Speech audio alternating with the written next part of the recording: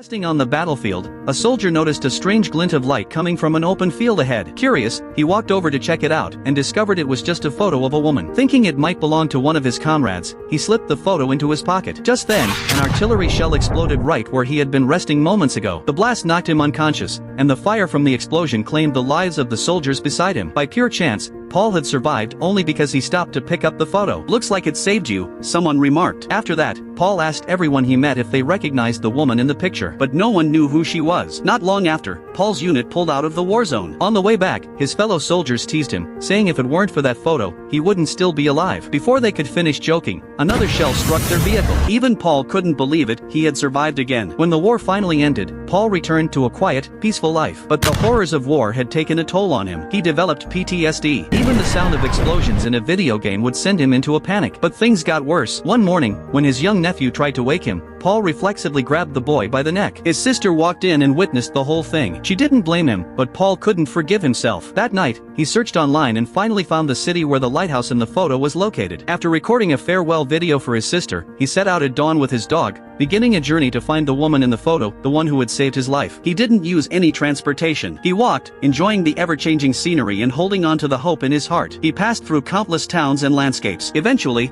he arrived at the white lighthouse from the photo. He showed the photo to people in the village, asking about the woman. Finally, someone at a tavern recognized her. She ran a dog kennel on the outskirts of town. Paul rushed there. In front of a little green cottage, he saw her for the first time. She stepped out into the sunlight, and Paul was momentarily stunned. He stood frozen, speechless. The woman ran a successful pet shop, but since it was in the countryside, she struggled to hire workers. Even her elderly grandmother had to help out. Paul reached into his pocket to pull out the photo and explain why he had come, but instead, he accidentally pulled out a job flyer. The woman misunderstood and thought he was there for the job. Smiling, she handed him an application form.